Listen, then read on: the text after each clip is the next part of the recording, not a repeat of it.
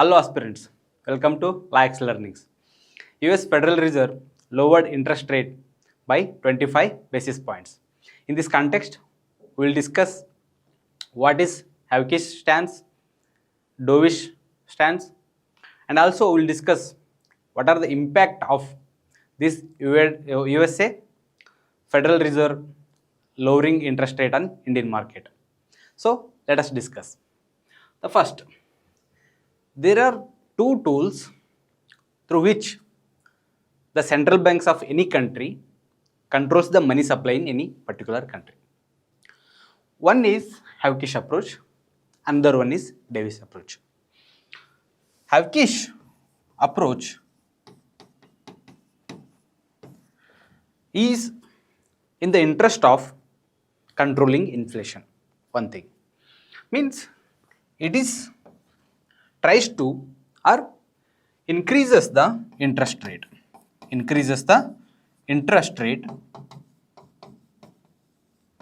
to control the money supply in the market. Whenever any central bank of any country increases the interest rate in any economy, there will be a more demand for the money. Hence, there will be a less supply of the in that particular economy. Whenever there is a less supply of the money in any particular economy, there will be a less demand for the goods. Means there is a capacity for the production of the goods will be very less because there will be a less money supply. In this condition, there will be a less inflation. Means less inflation. Right? Whenever there is a less inflation in that any economy, the inflation control will be happened through hawkish approach from any particular central bank of that country. Another approach is dovish approach. What is this dovish approach? Dovish approach is tries to or will cut down the interest rate. Whenever there will be a cut in the interest rate, there will be a more money supply in the market, means economy. Whenever there will be a more market in the economy, people tends to buy more products, means there will be a more demand for the goods and services in that particular country, right? Whenever there is a more demand for that any particular goods and services in any economy, there will be a more inflation. When there will be a more inflation, there will be a economic growth. Hope you understood this, how inflation works. When there is inflation, there will be a more demand for the goods. The more demand for the goods will result to more production of the goods and services. When more production of the goods and services happens, there will be a creation of the more employment in that economy. In this situation, economic growth happens. Means dovish approach taken by any central bank to push economic growth in that particular economy. Right? Hope you understand the difference between hawkish and dovish approach. Hawkish is increasing the interest rate to control the inflation. Dovish approach is to cut interest rate to push the economic growth in that particular economy. Right? But USA reduced or means cut down the interest rate by 25 basis points. Here you can note here that why we call this as a hawkish approach. Means there is a lowered interest rate by 25 basis points, still we are calling it as a hawkish approach. But here we saw that hawkish approach is nothing but increasing the interest rate. It seems that it is a contradictory, right? Not exactly. Why it is called as hawkish stance? Because the USA Federal Reserve reduced the interest rate in minding inflation, means targeting inflation control,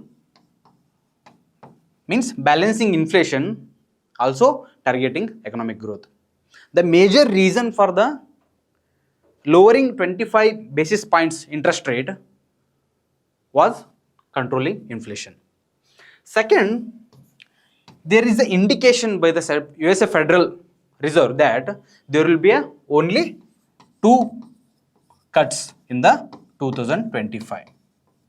And also, they predicted that the Trump's tenure in the future days will be filled with low income tax and also more tariffs than any other countries. Because of there will be a more inflation in the country. Because of this inflation, there will be an increase in the interest rate. Interest rate will be increased. Interest rate will be increased in the USA for longer period of time. So in keeping in that mind, they reduced interest rate by 25 basis points. Because of this, all these reasons, we call this reduction of interest rate is a hawkish approach by the USA Federal Reserve. But how this reduction of the interest rate by 25 basis points impacted the global economy or also Indian market? So let us discuss all those things also. First we will discuss other things, means rest of the world, how it's impacted the USA market and also global market, and we'll come into next how it's impacted Indian market, right? First thing first, whenever the interest rate is high in the USA market, the goods, means the assets of the dollar dominated assets will be high demand. Means there is a high demand for the dollar based assets in the international market. Because of this, dollar has strengthened in the international market. Because of this 25 basis points reduction in the interest rate. Second, because of predicting higher interest rate over a long period of time, there is a rise in USA bonds yields. Means there is a rise in yields of the USA bonds by assuming that there will be a high interest rate over a long period of time. Third is that it's also resulted in declining of stock market. For example, USA stock market also declined. Standard and Poor 500 declined by 3%, which is a very high compared to USA market. And other Asian countries like Singapore, major economies of the Asian countries also declined in stock market because of reduction in the interest rate in a USA market. But how it's impacted the Indian economy particularly? First is that the outflow of dollar happened. Indian market impact or Indian economy impact. One is that there is a outflow of dollar. Outflow of dollar from the Indian economy means there are set of investors called foreign portfolio investors. These investors majorly invest in equities, right, bonds. These investors withdrawing their investment in the Indian market because we saw that earlier there is a increase, means rise in the yields of the US bonds, right? To invest there, these foreign portfolio investors are withdrawing the investment which are made in Indian market. Because of this outflow of dollar in the Indian economy, there is a less investment in the Indian economy. 1 point. Second is that rupee depreciation. Why rupee depreciated? Here you can note that whenever outflow of dollar happens in any economy, there is a outflow of dollar, right? Before that outflow happens, the inflow of dollars also happen, right? Whenever dollar inflow happens to any country, these foreign portfolio investors sell the dollar in the any economy to buy domestic currency, rupee in Indian case. Whenever they buy rupee in Indian market, the demand for the rupee will be increased. Means whenever the inflow of dollar happens, there is a strengthened rupee in the Indian market. In outflow manner means in the situation of dollar outflow, whenever dollar outflow happens, these foreign portfolio investors sell the Indian rupee in Indian market and buy dollar back. Because of that, what happens, whenever dollar outflow happens, there is a demand for dollar in the economy, because more people are buying dollar by selling rupee. Hope you're understanding the concept here, right? So whenever selling rupee happens, buying dollar happens, means the strengthening of dollar is happening because there is a more demand for dollar in the Indian economy, and the Indian rupee which is selling in the Indian market, which is being sold in the Indian market, is depreciating, means there is no more value left for Indian rupees, means rupee become cheap here. The dollar outflow happened, because of that rupee depreciated, which become 85 rupees per dollar, which is highest in the history of Indian economy. Because of this, cheap rupee will create inflation in the country. Why? Means there is a good, you should pay more amount of money to buy particular good. Because this depreciation rupee, there will be a more inflation for one reason. Second reason for inflation is that rupee depreciated, right, become cheap. So in that scenario, you have to pay more rupee to invest, means import the goods from the foreign markets. In that conditions, imports become very costly. Whenever imports become very costly, the products also in Indian market will be rise. So because of the situation also, inflation increases in the Indian market. So these are the situations happened because of reduction in the interest rate of the USA market. And third is the stock market of India has also declined. For example, BSE, Sensex also declined, and Nifty also declined in India because of the interest rate reduction by the Federal Reserve of USA. But what RBI can do here? RBI has two major options. One is it can increase the interest rate to control the inflation in the Indian economy, which has happened because of the depreciating of rupee. Second, it can sell the dollar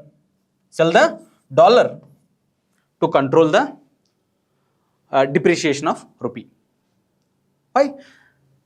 Why RBI sells dollar? Because it holds dollar in forex, right? RBI is the caretaker of forex, right? In forex we have dollar, right? But whenever the RBI sells dollar from the forex in the Indian economy, there will be a depletion of forex, right? Because of that, RBI can't easily sell the dollar in the Indian economy.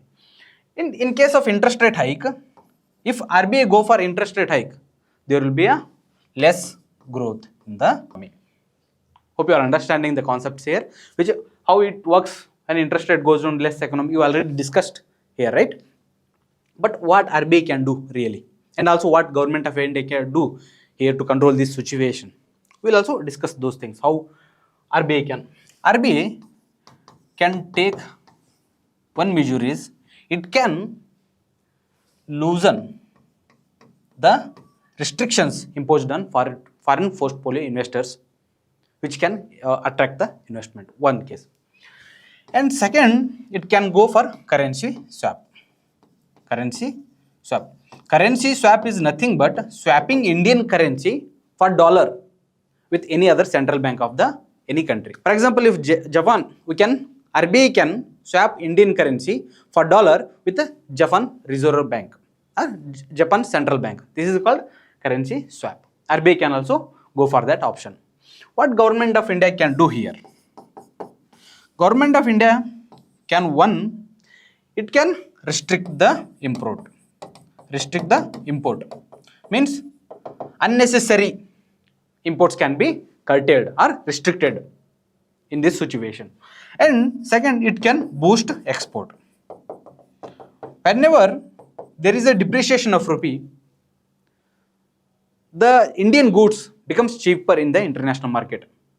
In this situation, India can boost the export, because international market Indian goods are cheaper now.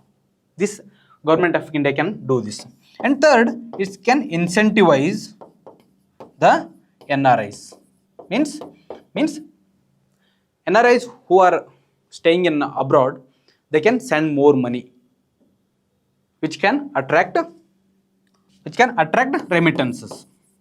Remittances means whenever remittances comes to India, there will be a more dollar inflow to India, means there will be a less depreciation of rupee.